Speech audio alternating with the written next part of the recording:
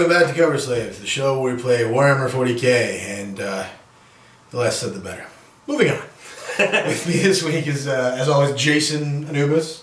Nice to see you. What are you playing this week? I am playing Tau Empire. Oh, big surprise, yeah. Shocker. Yeah. Did not see that coming. I know, right? It's my secret weapon. Seems like the new Tau Codex is actually the old Tau Codex with just some stuff. Jervis working is hard. Didn't even really change the cover. Not really. That's cool. Good for people not having to buy a new one. Sure, yeah. Yeah, that's more money for me. I'm running an experimental thing. I'm playing Marine, so again, Shocker. We're going to try and get different armies on the show eventually. Yeah, well, we promise, don't worry. One day. I still have Loth, so still being an asshole. And I'm running an experimental unit that we saw previewed at the Forge World Open weekend. It's the Dreadnought with the life-saving jacket. It's the Sumo Dreadnought. Sumo Dreadnought. It's 305 points currently. It's got 6 strength 7 AP3 shots, 24 inches from its gun with Sunder.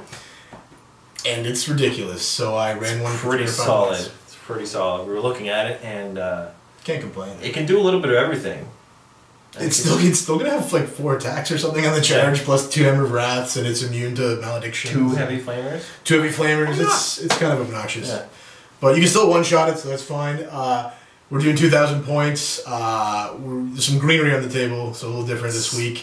It's in honor of our new Prime Minister, Justin Trudeau. Yes, we've experienced a little bit of the greenery ourselves too prior to this. So. Prior to celebrating. Yeah. So, Anyway, how about we go on and talk about our armies and the terrain and all the other usual boring stuff. So here's my 2,000 point Red Scorpions list with not Elias Isidon, Loth. I'll definitely get that right one day. Severin Loth. Next to him is another HQ choice that is a Librarian Terminator with a warp charge of 2, and he rolled the 2 worst powers on telepathy, so he will not be helping too much.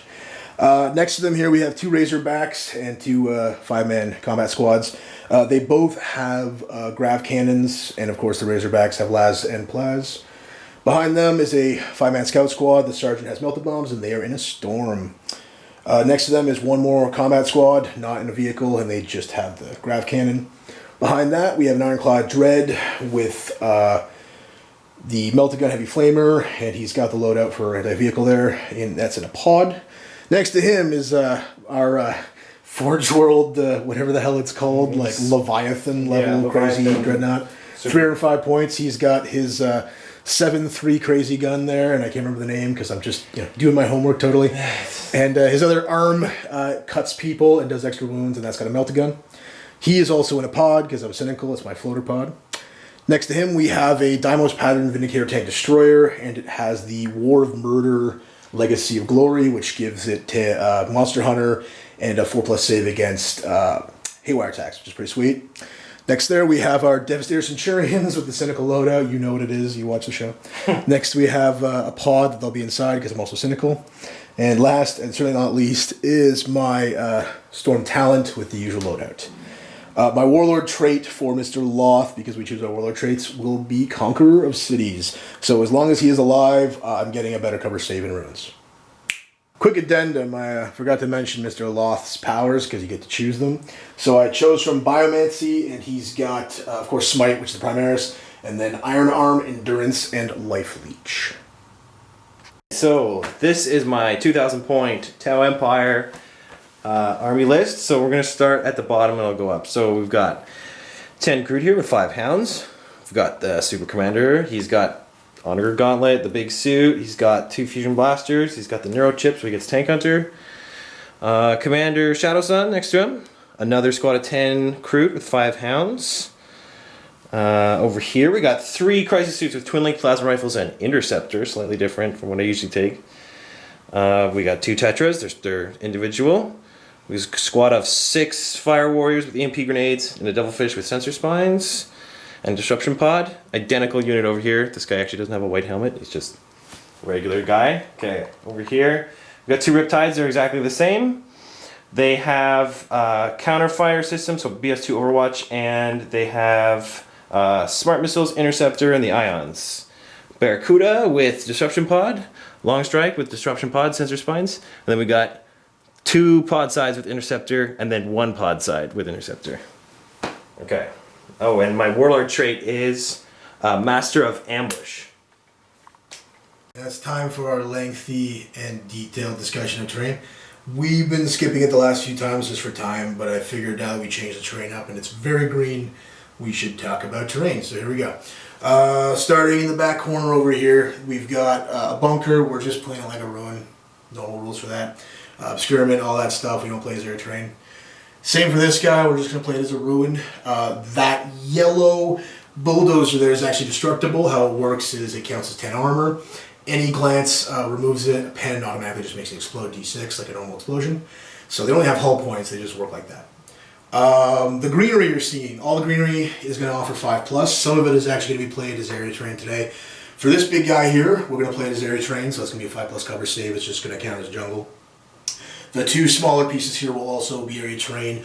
Realistically, only infantry can kind of fit in there, so we still play pathing 100% if you can fit. So if you can't drive a tank through, you're going to have to go around, just the way it works. Moving back over here, we have the ruin. We got some destructible elements up top there. Those give 5, the rest of them gives 4. But actually, for simplicity, they'll probably just give 4. We'll probably just go with that. Jungle stuff here, the little guys that are on 60 mils, that is destructible because a 5+ cover save, you can't really be in it. So if a vehicle wants to move on it or a MC, go ahead and you can remove it.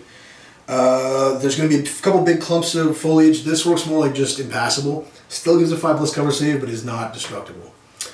We've got these big walls going on down here. Now this is interesting. What we decided is this piece here that you can see is removable.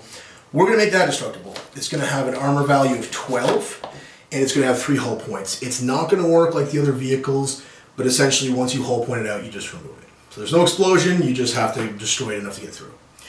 Moving on, we got another ruin here. We got a couple statues here. They don't count as ruins, but they still get 4+ cover, so they work like these guys. This whole wall is pure impassable, so even if you could balance up here, you can't go up there. Nothing can end up there, even if it's a skimmer, jet bike, flyer, whatever. Back in this corner here, we have a couple vehicles. We actually have 3 trucks.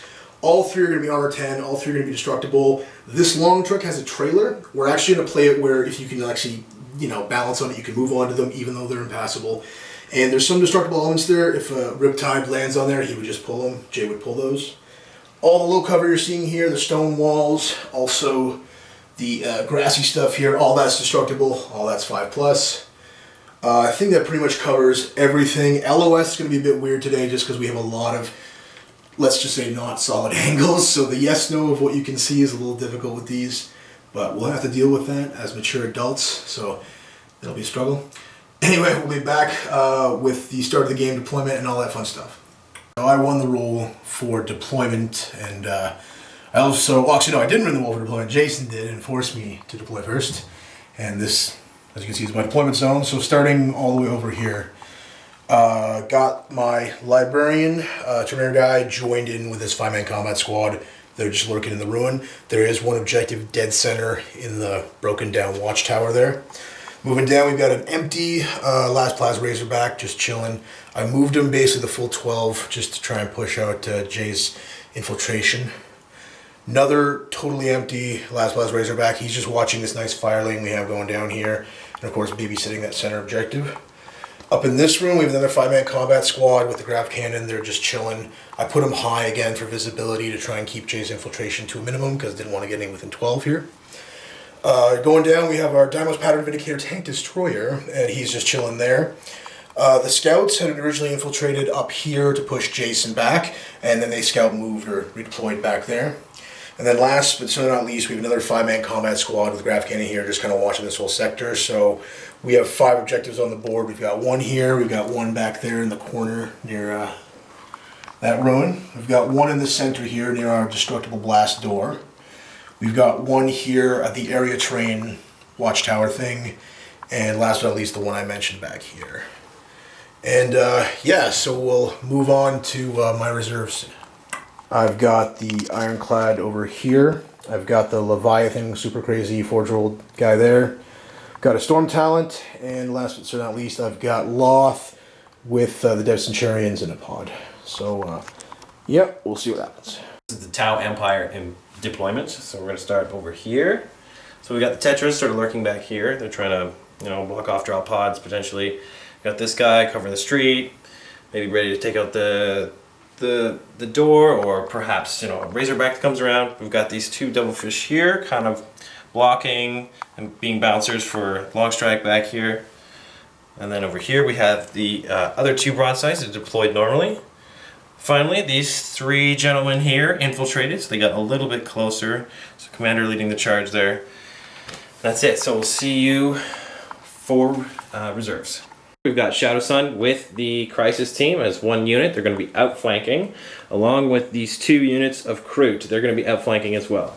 Finally, the Barracuda is in normal reserve because it's an airplane. Try and steal the initiative now. We're going to do this live. Here we go. Here we go. It's all on the wrist. Oh yeah! Initiative has been stolen. Oh yeah!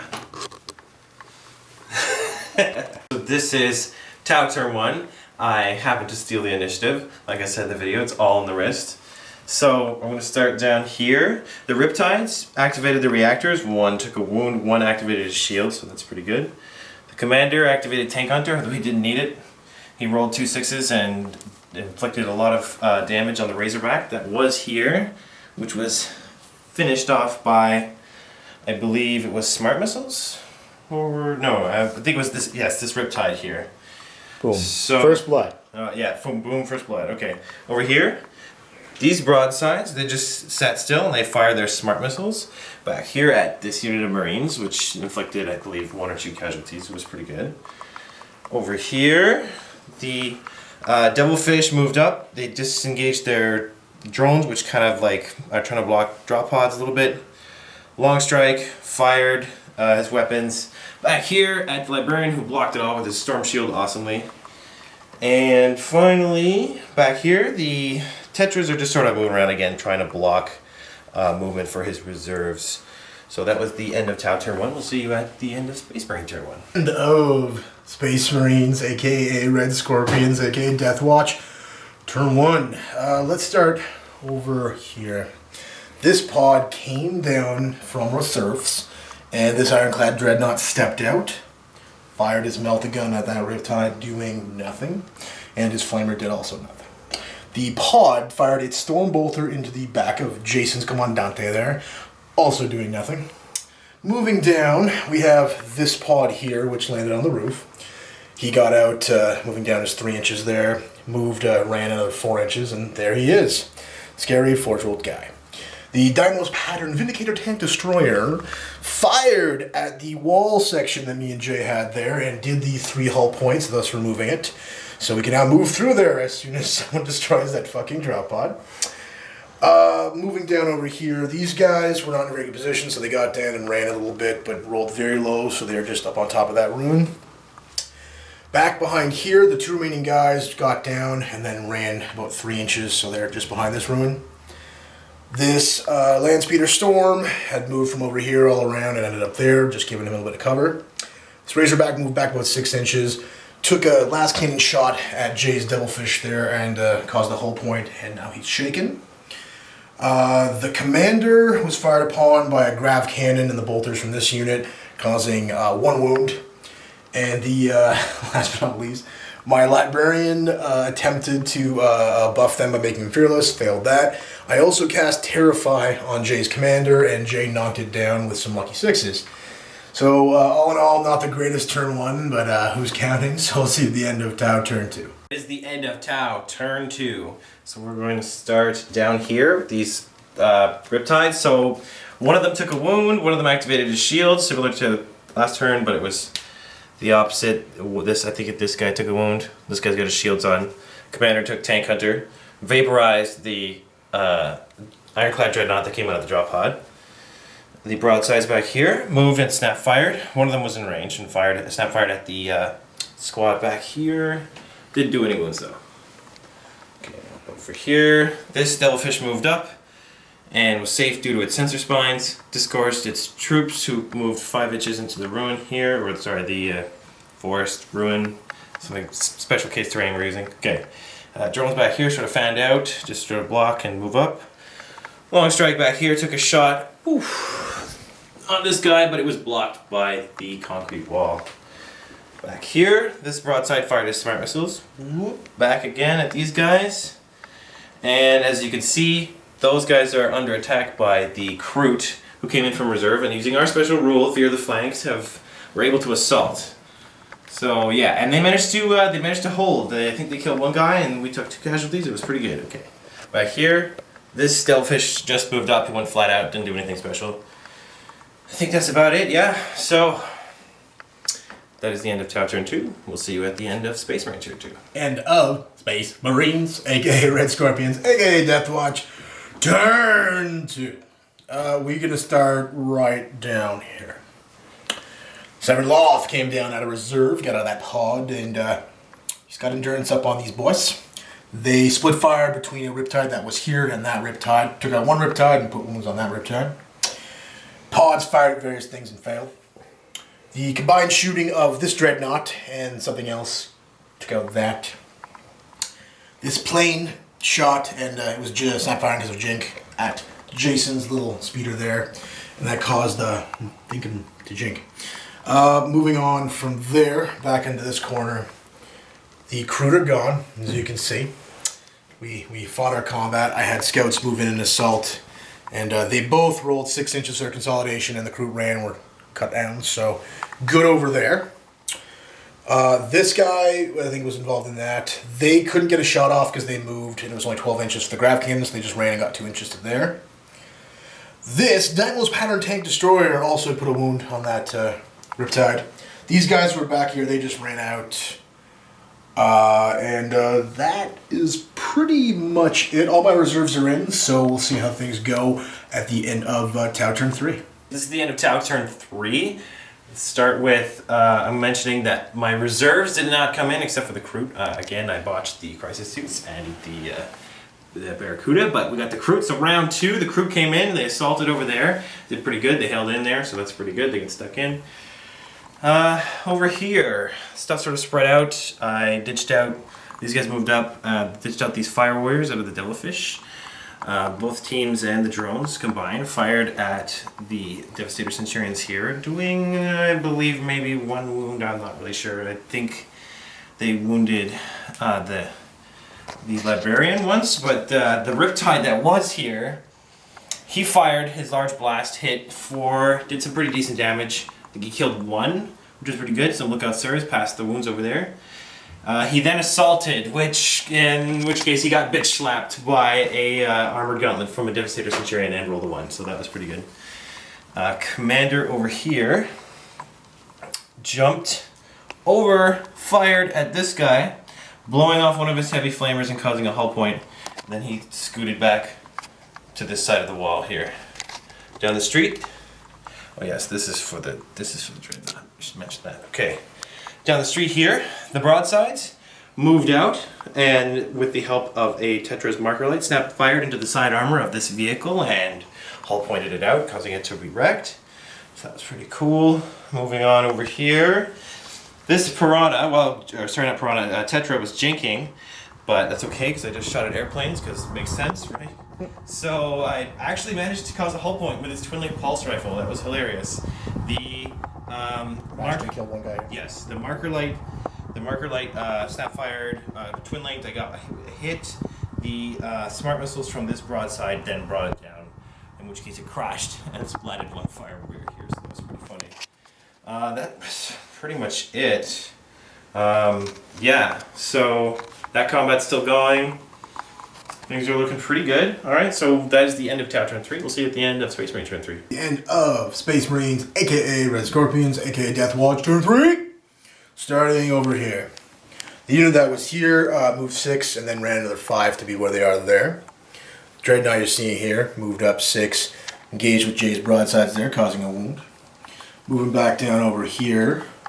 These guys moved around the corner over here, and they fired at a unit that was here, which then fled. This speeder also fired that unit and caused them to be blind, so the last remaining guy there is blind. Unit up in this tower, engaged with Jay's Devilfish made of Jink. That was fun. Can't see it, but back here I have my Librarian who came down, charged the Kroot, and now they're running away. And I have 1 remaining scout here, so that's cool. Over here, Loth and the homies with endurance and whatnot, They fired over there to kill Jay's commander, getting me Warlord, and they also split fire, so they charged here. And they won combat, killing 3 of the Fire Warriors, and now they are fleeing. So overall, not terrible. Oh, I also forgot, this guy killed 2 drones there with his stone. Yeah, 2 for 2. That was pretty good. So it's going okay. I'm content. We'll see you at the end of Tau turn 4. Okay, so this is the end of Tau turn 4. So starting over here, my reserves finally came in. So we've got Shadow Sun and the Crisis team. They moved in here. They came in off this board edge. They outflanked. They fired. They killed 2 guys with their plasma and melta shots. They've one of the fusion blasters from Shadow Sun fired at this drop pod, but no effect. Over here, broadsides moved out into the street and snap fired. Using marker lights that the Tetras placed on this guy, no effect in rolling 6s. Moving along, let's see. The Fire Warriors here did not regroup. They fell back further. They attempted to snap fire at the Devastator Centurions, but no effect.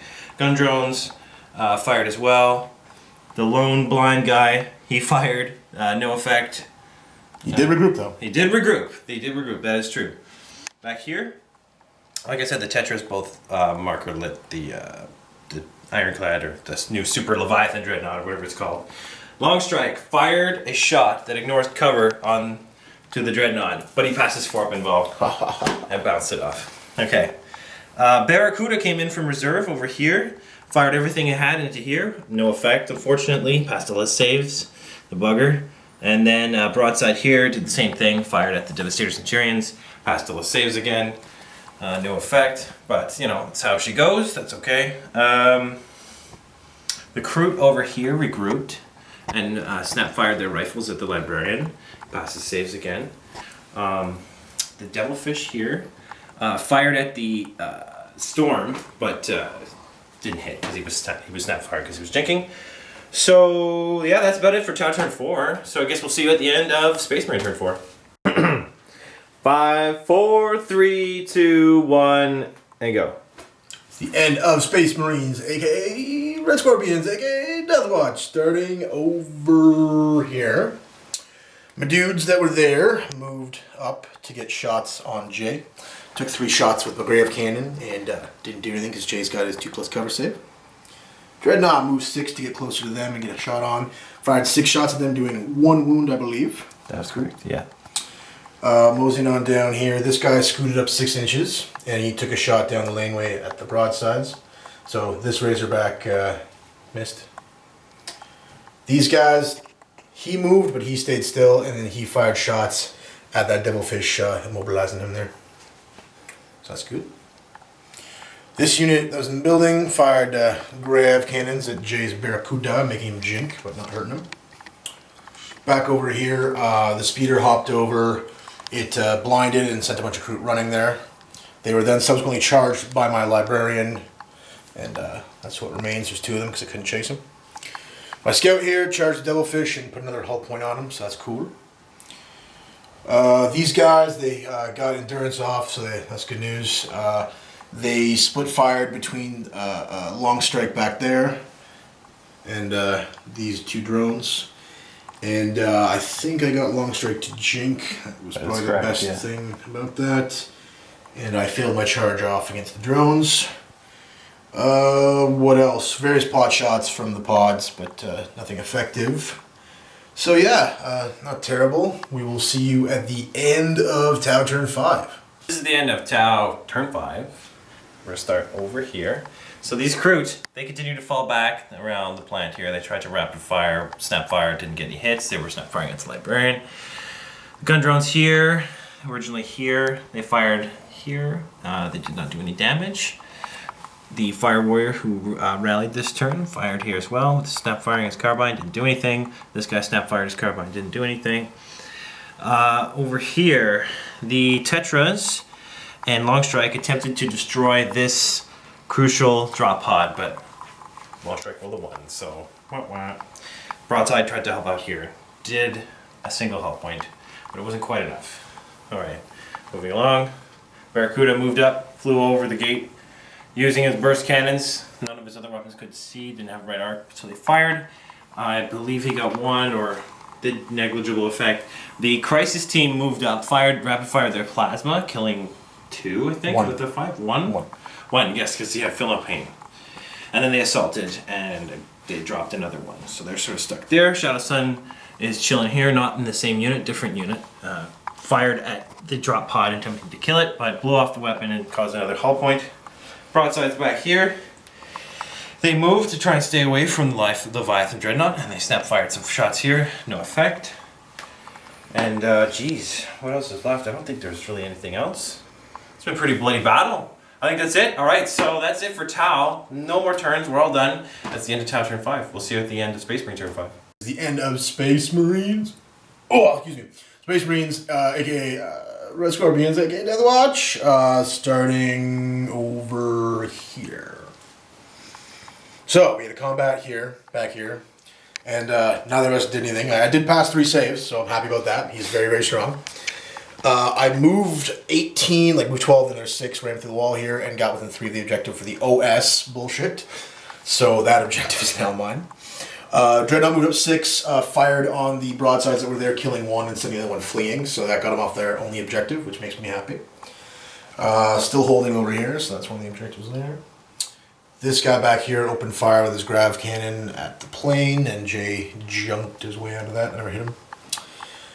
These fine young fellows here, they, in a mixture of psychic powers and whatnot, killed these 2 units of fire warriors that were close to them, so that got them the objective. And I managed to suck up one of his souls to give him back one of his wounds, just for the hell of it. Speeder that was back here, it was moved 12 to land here, and it took out one of the guys that was there. Grav cannon here, fired at Jay's drones, only killing 1 or something. I have to see if it falls back. Oh shit, oh We're no. going to do this live now. Oh my god. 7, he's okay.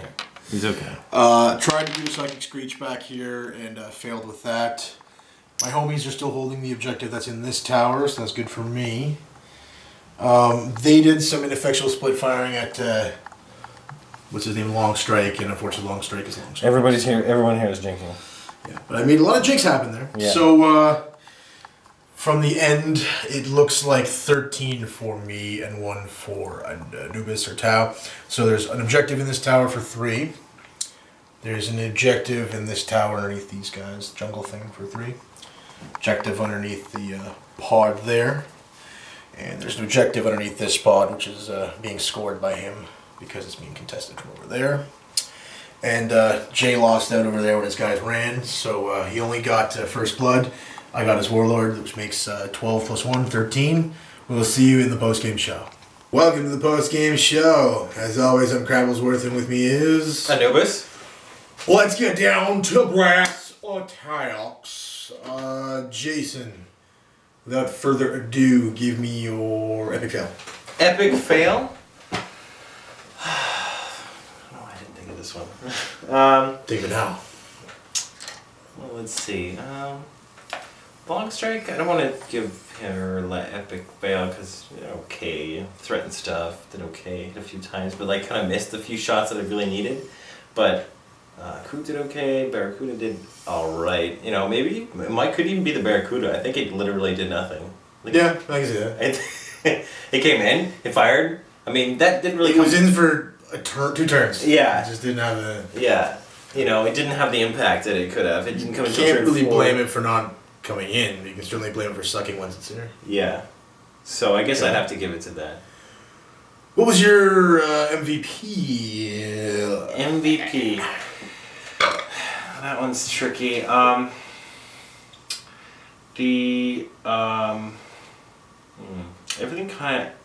Everything kind of operated like average. It's kind of hard to pick one thing that really went above and beyond. The Crisis team did okay, but again, they were only there for like 2 turns, so it's kind of hard to gauge that. I can blame them somehow for me making a lot of saves, so I'll do that. Yeah.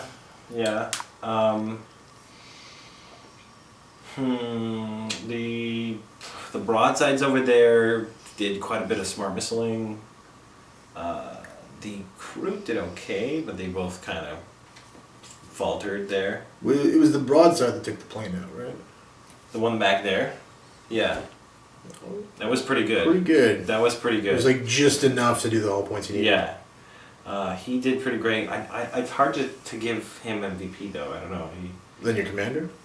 I would kind of pick the commander. Now he kind of went out with a bang. He ate a lot of grab cannon shots, He but put a whole point in the Leviathan, which was good. he threatened him pretty hard. Yeah, and he could have done 2. Yeah, at least. Or gotten explodes off. You know. He killed the one ironclad straight up. Yeah, he killed that ironclad. That's true. So got his points back there. Yeah, so I'd give it to the commander then. Okay. Yeah. That is my final answer. Thoughts on the game? 20 seconds or less? They're going to ask me what mine are. But you'll get it eventually. Crablezworth, what are your MVP and epic fail? Why thank you, Crablezworth. Epic fail.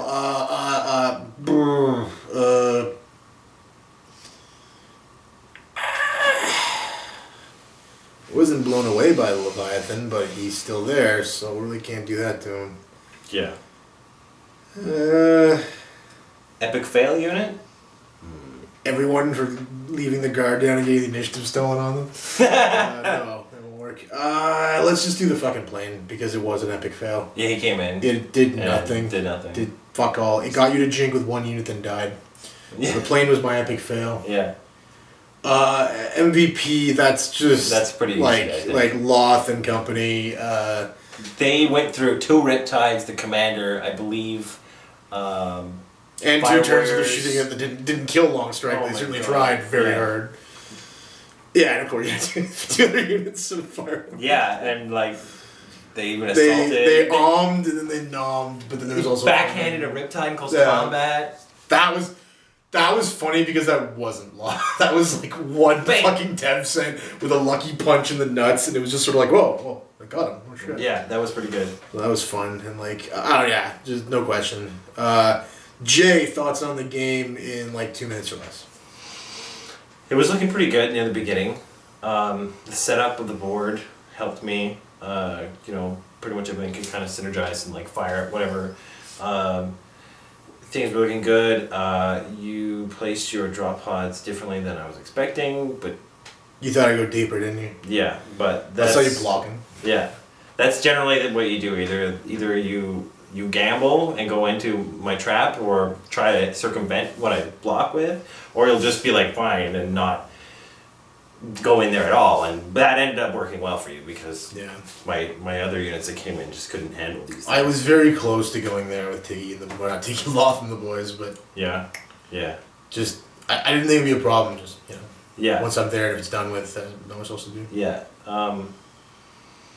I made some mistakes. I shot some things, did some things out of sequence near the end, but I don't know if I do it again, I probably wouldn't play that much differently. Honestly, I think I made a pretty good decision on deployment. But Assuming the exact same game, would you change anything in your list? Assuming mine didn't change. changing in my list, Like what did you learn from this? Would you change anything to I fight might. Loth again? I was gonna say I might drop the devilfish or something and change something. I was just gonna tell you to drop both. They help block. They didn't really do much. Here's why. It's not that they're not useful to move them, like to move the Fire Wars. It's just the Fire Wars already are such a low priority target, they may as well be drones. I had considered... So like safety's good for them, it's just I'm so more... It's like you with me.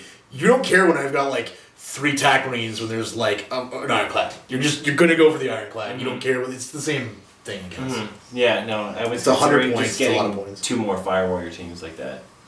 Yeah, because you take your 200 points, you do that, and then you have more outflanking with EMPs, then I really have to be careful on the edges. Even the fucking Ironclads, I have to be careful near the edges, because EMP is really bad news for them. You need more crude. Yeah. You need more crude. Yeah, somehow. 4 squads of those? Yeah. Well, it's such a good value. Yeah, no, they're good. They're good. They're always good. Everything else will pretty much stay, though. You with the Crisis Suits, you're saying? The Crisis Suits were pretty good. They have decent damage output at 12 inches. They work well in shadows. You got fucked on reserve. Like, you could have totally come in turn 2, but yeah. it's a lot of points to have them together. I wanted them to come in over there with a squad of crew and hit at the same time, and would have been different probably, but that's how she goes, right? Do you ever see infiltrating them with shadows on? As opposed to Yeah, outflank? well, that was what I usually do. Yeah. I just decided this time it would be neat to have them come in later. Probably should have infiltrated, but Well, it's because they did split off, but they could split off again, and yeah. might be close where they need to be. I would make some changes, I think the Leviathan is very nice. It's just very expensive. I don't think you really need it. To be It's honest. 305 Another points. ironclad. It's worth pointing out I was incorrect. It's actually the model is on an 80. I have it on a 60. So we already knew it was too short, but like obviously I'll have to use the other dreadnought I have. He's a considerably bigger. Yeah, but 305 is a lot of points. That's I would probably just go with another ironclad. I don't have a third one though. No, I just mean yeah. you know, use him as another ironclad Well, no, but he is one of the two that I have. Oh, you mean go back to having two ironclads? Yeah. Okay, yeah. instead of. Yeah, I think that's better. I don't have the extra It's a pods good really, unit. but no, that way, yeah, the same pod we're talking about. Yeah, Yeah, okay, it's so a good unit. It's a good unit, and like you were mentioning, having two of the guns wouldn't be. Well, be with okay. the 100 or so points I'd get, I could probably another 5-man with a grav cannon. That's just it. They don't get a lot of shots in the game, but when they get the shots, it's They like can. scary. You know, even the 3 when I move is nice. Yeah. Okay. My thoughts on the game. Let's see. It was interesting. It was nice to have so much greenery on the table. Yes. Visually, gaming wise, it's really fucking annoying. Like here, we decided to play this guy as just area terrain, but then we encountered stuff like what happens if we're both in it, what happens for movement, and a lot of stuff to consider. Yep.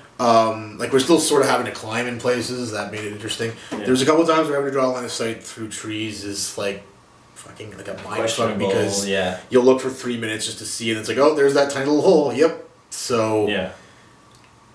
I do think it's as best as possible to have clean edges, and you run into that even with these, where they've got when it gets really ruined Yeah. and you've got broken up parts. But I think it's more open than we're used to, but it was nice to have this to kind of change that a little bit.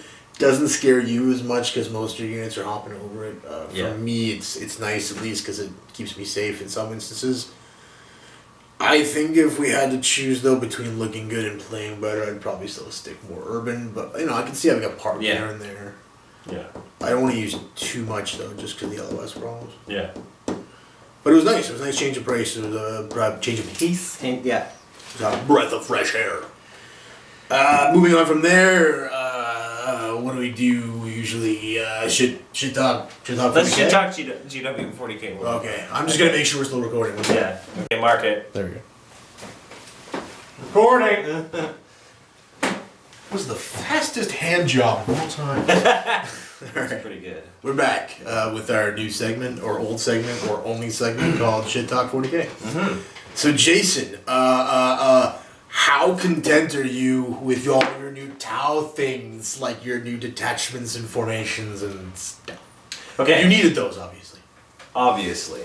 So, I love the Ghost Keel. I'm going to start with that. Let's start with positive thoughts, okay? Ghost Keel's very cool. Really cool looking. Rules are pretty neat. It's not a formation or a Okay, alright, now, yes, let's get into that. Now, okay, everything else, all the formations are stupid. They were all retarded. They completely destroy most of the synergy in the book. They go against, like, what do you Why do? spend Like, points on laser beams when you just get no cover? yeah, or, you know, why worry about protecting certain units when you can just take a bunch of them and then you get all these special rules? I don't. But they must cost. Oh, wait, they're free. They're free. They're free. There's Okay. literally no downside. You just take what you're gonna take normally or whatever, and you just get rules for free because reasons. Yeah. At least in APOC, you used to have to pay points for that shit. Yeah. Now it's just sort of like marketing. We need to make a good end of the year. Yeah, I don't know. Let's just give Ignor's cover to a bunch of Ghost Keels, or why don't we just make it so that, you know, shit gets to re-roll stuff, because whatever. And then, what's even better is they write these rules, and then they're not specific, they're not clear, they're not, like, cut and dry. It's like, well, I'm not sure if that works that way, and then we have contention amongst gamers, and it's... The Storm Surge is interesting for that. Yeah, exactly. That's a good example of that, you know? It's fired twice. But, like, does that mean I get to use all the counters and stuff? Well, of course. It's like, doesn't that seem wrong? I don't know. I I'm don't sure know. it does. But Well, that'll be a whole different segment for a whole different day. Yeah. when we start playing with Super Heavies and GCs, we'll care about that. Yeah. I guess. But Yeah, once it's a that's neat fresh. model. It's nifty looking. Mm-hmm. You're going to Yeah. build one, right? Yeah, it's gonna look cooler than the two-headed Noir monstrosity. Tell us what you like. What I do like about But all still the new somehow stuff, making shit talking. but what I do like about the new stuff. You like the ghost keel? Yeah, well, I love the ghost keel. The model's build a ghost fantastic. keel? I'm gonna try and scratch build one as well as probably picking one up. I know, it's crazy. GW's got your wallet. I know, it's terrible. I hate it, but I also love it. Anyway, Yeah. I really don't. I don't really like the Storm Surge's model. I like parts of it, but for the most part, it just looks really weird. It's a giant torso. It's kind of weird how it's on a night base, not one of the new circle ones too. Not, I mean, nothing of a problem with being on a night base. It just doesn't really need to be. I guess. This new Kaoyon book or whatever. Koyon. Koyon. I think it's Kaoyon. Koyon. I don't know. Onion. Whatever. Onion. The Onion book. Yeah. All right. So it's not really a codex. It's like here's some extra rules for you in this new campaign book. I don't know. Let me recreate for you the boardroom meeting. Now we all know our customers love spending $60 to add like 2 fucking rages worth of rules to a $60 codex. Mm-hmm. But you know what they'd love even more if instead of doing codex expansions, we just did campaign expansions, because that way you can sell to multiple people. And instead of being $60, it'll be $90. Sure. Because we're genius. Because it's different. I know if I played White Scars, if I played Raven Guard, I would totally drop $90 to get 2 pages of rules. Mm-hmm. Totally do that. Yeah, I wouldn't search the internet or ask somebody about it. Definitely not. There's at least some value for Tau, but still, why would you bother? Why would you bother? I'm just gonna probably walk in the store and then with a notepad write down all the things I need to remember and then be like, bye. Google image search. Yeah. We'll have all the new rules. Yeah. What do you think about 1 to 9 for crisis suits? I think that's pretty cool. It's a little excessive. I would have liked 1 to 5, but it's nice to have more than 3 in a squad. You know, you can do a cool unit. Of course, we're gonna see people running a ridiculous amount of them with commanders and stuff. No scatter deep striking, fucking 10 crisis suits and all that stuff, just like the old days with the Farsight bomb, but yeah, I don't know. Farsight. Assuming Farsight's still a codex, which I guess it would be, seeing as there's no new codex coming. I don't know. I don't know. How hard, and you know, it's like, how hard would it be to just, you know, write a couple things, adjust a couple rules, adjust a couple point levels, and not just for Tau, for so many different races, like Chaos Marines, Guard, I don't know. I don't understand why that's the way it's gonna go. It's okay. It's just if each time it's a $90 campaign book, that's probably worse than buying a new codex in some respect. But it's just if I'm gonna pay, which I'm not. If I was to pay $90, like they're trying to sell me on this $90 book. Why, you know, they're not even fixing units that are broken. It's like, if I would be more excited for that. Oh, finally, we were all hoping Interceptor would get fixed. We were all hoping questions would be answered. The points are fucked on that. It should be 20 points a pop at least. Like, you know? They're very much fucked. I don't know. I think my thought as someone who bought the New Marine book and then immediately regretted it because there's like 4 things that are different. Don't really need fluff because I'm pretty sure I've got Marines down. Artwork is going the way of the dodo. No, it's all pictures now. Yeah. And you know what? I don't think that's the end of the world in a picture section. No, but I hate how it's throughout the codex now because the codexes are feeling more and more like a catalog. Yes. And listen, I love photography, and GW, to their credit, takes beautiful pictures. Sure. They've got very talented people. Yeah. But as someone who does a lot of photography, I know it's much cheaper to pay me to do photography than it is to hire an artist to do painting. Mm-hmm. Mostly because I can do photography in an hour and an artist takes a day. Yeah, the charm and the personality has just sort of left the game, and it's not grimdark. It's very shiny new, and you need to buy it, which just doesn't work, man. We want to see Tau like fighting in the pits, you know? Like not like shining their armor. Right? Yeah, exactly. And I want to see, you know, like these dreadnoughts and things, you know, firing their weapons, and I want to see them.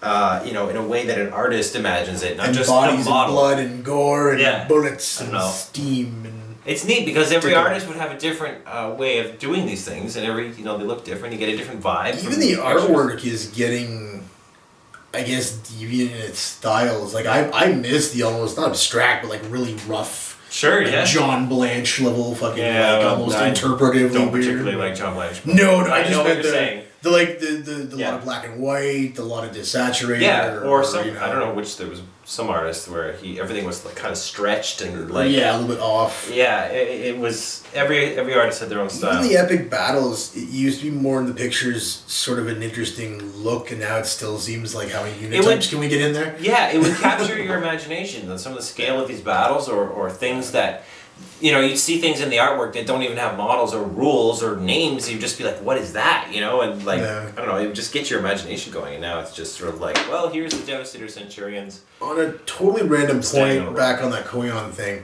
what the fuck is up with the Raven Guard captain in no way having any Raven Guard iconography? The guy who's just an honor guard? He's got, he's got the fucking Aquila mustache of all time. Hopefully the head is separate, but... Yeah, it's sort of like you can see the cynical workings of GW. Like, well, we don't know what the market will do with a Raven Guard model, so let's just make it generic as fuck. No. Which, I mean, like, thank God they didn't do it with Crom Dragon Gaze or any of those other guys, but it's just unfortunate. Yeah, I don't know, man.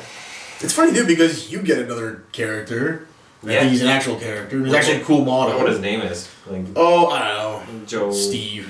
Gordon. Steve ripped arms. Manva. Manva? I don't know. Mulva? Is it Mulva? No. Because he's all that Manva. All that Manva. Yeah. I don't know, because you totally need another ethereal model that no one ever did. He's gonna be cool. I bet his rules are neat, but he's probably useless. I just run him as an assassin or something cool. Or a statue, I don't know. That'd be great. New objective. Yeah. The Tau terrain is beautiful. It's yeah. Fortunate that it moves. That was a dumb idea. It's dumb. It's dumb. Here's why. I don't think there was any way that they could have made that cool. No, but okay, we've seen them all connected. It has to be entirely an open ground. What the fuck does that mean? Like, well, open ground is I know, terrain, but it's like, so you've placed it here. Congratulations, it's never going anywhere more than about an inch. Yeah. You can shimmy with it. Well, why are you using terrain at all? It should be just a big open field that all your knights walk across. Spoken like a true Tau player. God damn, you know, right? Oh, well. I don't know. The Tau released a lot of cool models. It's just... If that was the new thing, they're not going to do new books. They're just going to like tweak them, like Forge World styles. I don't know why they wouldn't have started with Marines. I'm losing hope that they're ever going to fix Vespid and other things that have no real use. Like, I just don't see a multi-part Vespid kit. I doubt we'll see multi-part I don't understand why. Here's a unit that they could be making money off of. They could just like, it's like, hey, so there's this unit in this book that's not that good. Do you want to make it better with just a few tweaks?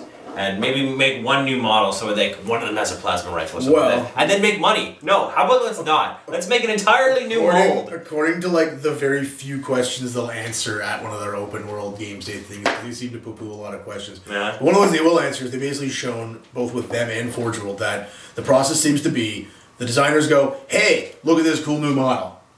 Make rules. Mm-hmm. So I guess if that somehow in the process is like, hey, look at these new flying alien things, like that might happen. Yeah. But until there's new models, they just will not. No. Look at the crude hounds; they're fucking ancient, and they're still like impossibly expensive. Yeah. But no one runs that because it's not a suit that flies. So. Yeah. Whatever. And you know, while I love battle suits and things like that, that's not the entire reason I play Tau. And I would like to see everything, you know, I want to have a Swiss Army knife with everything. You already have that? Yes, but I have a Swiss Army knife that's got like a used toothpick and like a poo on a stick and like a really awesome and lightsaber. 17 lasers. Yeah, so and 17 lasers. I'm not complaining. I'm just saying. They even do a Tau player to complain about having like every unit type in the game. I only have every unit type. That's not what I'm. Not what I'm saying. I'm just trusting your words to turn against me. I'm just. You are like a true imperial. Absolutely. Yeah. It's my part of my intolerance. Mm-hmm. What else can we shit talk? This I found funny. Now I kid ITC because I think Reese is doing the best that he can, but for transparency, they vote with their community, and I guess the only problem is if your community is a large part of the Tau group. That's probably how it's going to go. So they voted on the new Tau Storm Surge because it's the first Lord of War that can be squadroned. And lo and behold, it was, I think, 70% or something. Yep. In favor. And I'm just sort of like, kind of like how their FAQ seems to, I don't know, always be on the side of Tau for everything. Yeah. So that didn't exactly shock me. I don't know. I mean, in 1850, I guess someone could run 3 if they were feeling sick, but 2 is pretty okay. That's pretty fucking good, man. Yeah. Being one target doesn't matter if you're split firing everything, so. You know. What else did they rule on? I can't even remember. That's pretty much it, I think. Yeah. I don't know. We like this game. We swear. We do. We swear. I swear to God, we like this game. Hey, we'll bring it all back. We'll bring it all back. We're going to bunch it all back together into a positivity sandwich. Yeah. We enjoyed ourselves this game. It was fast, actually. It was 7 hours. For us, that's Which is fast for us. That was like lightning round pace. Well, we also set the game up Yeah. a few days. You might notice we're not wearing what we were earlier. We had to take a breather after getting started for our last game, so we did a little time traveling. Got right down to what happened at the start, and then took it over from today. In case you're confused, just in case, yeah. Didn't expect Jay to steal the initiative today. That was interesting. But no, we enjoyed ourselves. But I think we enjoyed ourselves because, like you've seen how we play. We do an FOC, so like you have to limit your stuff. We make choices. We make choices. We choose our warlord traits, but we know that going in, so that's cool. Yeah. I don't know, and then we take a long time with the terrain. Make sure it's very detailed. Make sure there's a lot of angles, fire lanes, ways of maneuvering, things only fitting in certain places. All of that comes around, I think, to making it a better game. Yeah. But yeah, no, I think the problem, as always, is we want to play 40k and APOC is bled into 40k and everyone wants to play, higher point levels, a lot of the crazier stuff. Yeah. Yeah, agreed. I just don't feel... no, not so much. I just built, just to show you here, I just built, not that I'm gloating, but a beautiful super heavy tank for 30k. This is an old... armor cast shadow sword that I've beefed up. I love this model. It's cool. Will I paint it? A long time from now. Maybe someday. Am I excited to use this? No. I don't know. Maybe if there's a storm surge on the other end. Without that, I really don't want to. I just don't want to go there. Yeah. It's like 500 points. It's probably not even worth it. And really, it's mostly for 30k. But I'm just saying, as much as I love big, cool models, like our kind of tables, my God, that thing just turning has probably a 14-inch turn radius. It just being here probably couldn't turn to fire that way. So it's good to factor these in if we're going to play with super heavies. Your storms are just going to be that fucking big when you build it. So it's going to be like this big. It's going to be a big guy. Yeah. But yeah, anyway, we seem very morose and we don't seem to like the game. We do like the game. We just don't like where it's going. And a lot of people we used to like have left. So the people we're left with started in 7th or started in 6th. Yeah. It's a very different mindset. So we get some clashing opinions sometimes, but we're pretty competitive. I mean, we tend to really care. We spent half an hour looking at what run rule today, just to be sure we do it, and we still don't know. So. Yeah, I don't know. Yeah, but yeah, look forward to more battle reports. Hopefully, we can get not my Marines and not Jay's Tau. We'll see. You're gonna want it for a while. There's probably gonna be. You might see some new models soon. Well. Yeah. We'll see. We'll have to get other people to play elements. 40k again.